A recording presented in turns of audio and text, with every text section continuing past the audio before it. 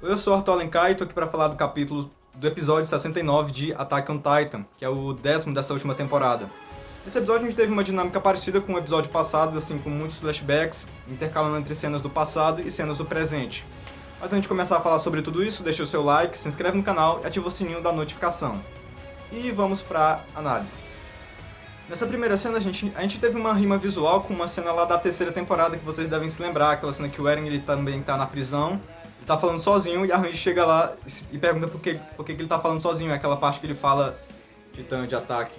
Aí a Randy fica enchendo o saco dele até ele perder a paciência e perguntar o que vocês estão fazendo aqui. Acho que em Attack on Titan a gente tem várias coisas do tipo de rima visual, e Saima adora colocar esse tipo de coisa, de rima visual, foreshadowing e outros tipos de semelhanças. Quem não sabe o que é foreshadowing é quando o autor de qualquer obra, seja filme, série, mangá, tanto faz, coloca uma dica do que vai acontecer no futuro da obra.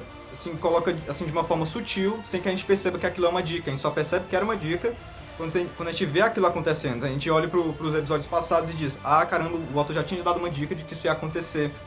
Mas é claro, ele tem que fazer isso de uma forma sutil, sem que pareça óbvio, né? Senão já vai ser aí um spoiler do que vai acontecer no futuro. E o Saima faz isso muito bem, ele sabe, ele já botou aí vários foreshadows ao longo da história, se você for procurar, você encontra vários. Além de outras semelhanças também, do tipo personagens meio que parecidos, tipo Eren e Gabi, que são dois lados de uma mesma moeda. Enfim, outros tipos de semelhança. O Saima adora colocar esse tipo de coisa, e essa cena aí foi um exemplo disso. Então a gente vai pro flashback, depois da abertura. A gente tem logo a revelação de que a Mikasa ela é como se fosse uma pessoa de sangue real lá no país de Rizuru. Ela é descendente de um antigo shogun de lá que parece que uma parte da família dele foi para Paradis, na época que Paradis foi fundada há um pouco mais de 100 anos atrás. Então, lá em Rizuru, a Mikasa seria considerada da família real, né, da realeza. Mas bom, não sei o que essa revelação vai ter de importante para a história, já que a Mikasa ela não parece ter a menor intenção de ir para Rizuru. Acho que ela nunca pensou em sair de Paradis, e realmente acho que tanto para Mikasa quanto para nós espectadores essa revelação não faz muita diferença, então foi só mais um tipo de curiosidade aí. Também, gente, eu nunca tinha percebido que a Mikasa usava uma bandagem no pulso, né? Será que, sei lá, já mostrou elas tipo sem uma blusa de manga comprida e mostrou essa bandagem? Agora eu não consigo me lembrar. Pode ter tido esse erro de continuidade, mas eu não consigo me lembrar realmente. Enfim, não importa. A gente também teve aquele sorrisinho do Eren, gente. É porque o Eren, ele tá sorrindo tão pouco agora que toda vez que ele sorri, a gente percebe. Eu não pude deixar de notar que o Eren, ele tava sorrindo pra História. Pra quem não conseguiu perceber essa cena, é naquela cena que a História tá falando com a Mikasa. Ela tá falando ali de um jeito amigável, o Eren até pergunta: você tá de bom humor hoje, né? Eu não pude deixar de notar esse sorrisinho do Eren pra História. Deu pra perceber que era pra História porque ele tava olhando pra baixo, né? A Mikasa tá ali quase na mesma altura que o Eren.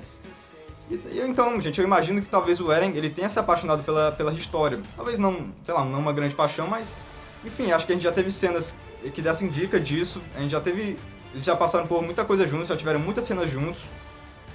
A gente já teve cenas dos dois aí mostrando que os dois têm uma boa relação, já teve até a cena da Mikasa mostrando ter ciúme dos dois, então é até o que eu falei, pode até ser uma dica aí de alguma coisa que pode acontecer no futuro. Pra mostrar aí que o Eren tem um interesse pela história e talvez a história também tenha algum interesse nele. Agora fica até com pena da Mikasa, né? Que a bichinha é perdidamente apaixonada pelo Eren, aí vai e se apaixona por outra. Enfim, ninguém manda no próprio coração. Nesse mesmo flashback a gente também tem as revelações da Kiyomi. A Kiyomi Rizuru, que essa mulher é de Rizuru... Não, é Kiyomi Azumabito, esse é o sobrenome dela. Aí ela é de Rizuru, eu fico me confundindo em relação a esses nomes aí em japonês. Primeiro, a gente tem a revelação de que antes ela se encontrou com o Zack, né, que meio que organizou esse encontro entre eles. E ela fala aí da... Assim, primeiro a gente tem a revelação das motivações dela, que a gente descobre que as motivações dela não são nada mais, nada menos do que financeiras, né? Tudo que ela quer são os recursos que Paradis tem, que o Zack disse que tinha lá. Acho que é uma pedra, eu não sei se a gente já chegou a ver essa pedra, né? Acho que é como se fosse a versão do petróleo do mundo de Attack on Titan, um recurso aí que todos os países querem. Parece que só tem ali em Paradis. Então não, ela não tá querendo ajudar a Paradis a fazer as pazes com o resto do mundo porque ela é boazinha, não. É porque ela quer lucro pro país dela. É só nisso que ela tá pensando. Bom, explicando aí as condições do Zack, parecia que ele queria usar o estrondo da Terra para fazer um tipo de demonstração pro mundo, para mostrar aí que Paradis não é indefesa e que ela vai retalhar caso seja atacada. E para isso, ele também, no meio dessas condições dele, também tá o plano dá ele de comer para a História. Claro que para isso a História teria que ser transformada num Titã puro, né? Como a gente já sabe que acontece em toda vez que um poder de Titã é passado adiante. Mas é claro que o Eren não poderia concordar com essa condição, porque além de que a História ela teria só mais 13 anos de vida, ela também ia ter que viver igual uma vaca parideira, parindo um monte de filhos, só para que um dia um desses filhos pudesse comer ela. Então não é realmente não é um futuro muito legal, apesar da história parecer que ela estava meio que aceitando aquilo, mas o Eren não poderia aceitar aquilo. Então até ver que a história se mostrou emocionada com aquela atitude do Eren, né, mostrando que se importa tanto assim com ela. Até reforça um pouco o que eu disse, do que o Eren pode ter se apaixonado por ela, né? Também, gente, é como a Ranji disse. Eu não sei se a Ranji disse isso em voz alta ou se foi só em pensamento, mas enfim, ela diz aí, de alguma forma, que fazer isso seria como só empurrar o problema para o futuro. Que, ok, eles iam arrumar tempo por enquanto, mas no futuro, as futuras gerações teriam o problema aí de arrumar paz para Paradis. Que o mundo poderia continuar a se desenvolver de uma forma que nem mesmo o estrondo da Terra poderia fazer alguma coisa. Claro que, tecnologicamente, Paradis também iria se desenvolver, mas mesmo assim, o problema não seria resolvido. O que eles querem mesmo é paz, e essas condições do Zeke aí não traria paz. Então a gente volta pro presente na mesma cena lá de Eren e Ranji. E comparando com o mangá, gente, essa parte que o Eren agarra a roupa da Ranji e puxa ela pra perto da cela, ela é um pouquinho diferente, porque no mangá não teve esse negócio das marcas de Titã aparecerem no rosto dele, nem da luz aí do Titã aparecendo. Acho até um pouco estranho essa parte aí no anime, porque o Eren não parecia estar machucado naquele momento, então como é que aquilo aconteceu? Eu acho que foi aí uma diferença que o anime decidiu colocar um efeito que eu achei bem desnecessário. No mangá não tem nada disso, ele simplesmente agarra ela e não tem nenhum desses efeitos aí, então acho que foi uma mudança aí desnecessária.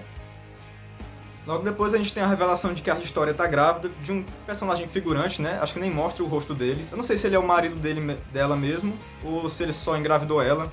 Mas acho que deve ser o marido, já que parece que os dois estão morando na mesma casa, né? Já como ela é a rainha, acho que ela não poderia simplesmente engravidar de um homem e continuar solteira, né? Acho que tem essa questão aí. Esse negócio de família real tem muitas frescuras. Assim como os oficiais que estão conversando na mesa falam, esse negócio da História ter engravidado tem a consequência de que ela não pode devorar o Zeke agora, porque pra isso, né, ela teria que se transformar em Titã, e com isso o bebê dela ia acabar morrendo lá dentro da barriga dela, né? Então o Zeke acabou arrumando esse tempo mais pra ele, e a História também acabou arrumando esse tempo mais pra ela, porque também esse plano também teria uma parte ruim pra ela, né, que ela teria que se transformar numa Titã e morrer daqui a 13 anos. Então teve até um oficial aí que suspeita de que quem contou pra História de que ela poderia engravidar pra poder adiar isso foi a Helena. Pode ter sido a Helena, mas ele mesmo aí não tem certeza. É só a gente pensar, gente, quem é que não queria de jeito nenhum que a História se transformasse numa Titã? Eu não tô afirmando nada, só deixei a pergunta aí no ar. Fica aí pra vocês pensarem. E também a gente tem aquela cena sinistra com o Nicolo, simplesmente ele segurando uma garrafa de vinho, mas pela trilha sonora e por aquela aura sinistra toda, deu pra perceber que ele tá tramando alguma coisa aí. Não dá pra dizer ainda o que é, mas que ele tá tramando alguma coisa, ele tá.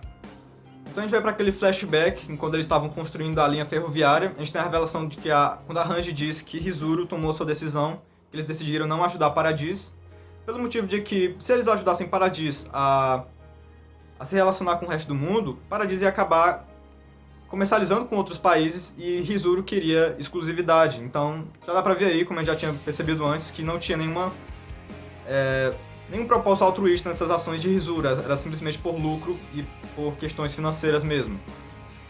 Nessa mesma cena a gente tem aquela cena do Eren dizendo o quanto ele se importa com seus amigos, dizendo que ele nunca passaria o poder dele para nenhum deles porque ele quer que todos eles vivam vidas muito longas. E logo depois a gente tem a cena já no presente deles discutindo sobre o Eren.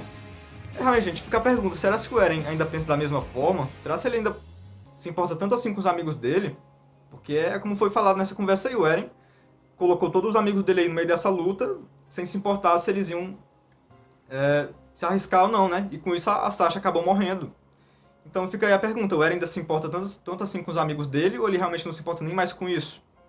Porque eu acho que o sentimento mais forte que o Eren tinha, de fato, era esse amor que ele tinha pelos seus amigos, principalmente pelo Armin e pela Mikasa, né? Mas será que o Eren perdeu até mesmo isso? Porque se ele perdeu até isso, gente, então o Eren se transformou numa pessoa totalmente diferente. Mas fica um mistério aí. A gente não sabe exatamente o quanto o Eren mudou, o que ele sente realmente em relação a essas pessoas. Será que ele ainda ama essas pessoas? Será que ele ainda ama o Armin e a Mikasa? Fica aí a pergunta.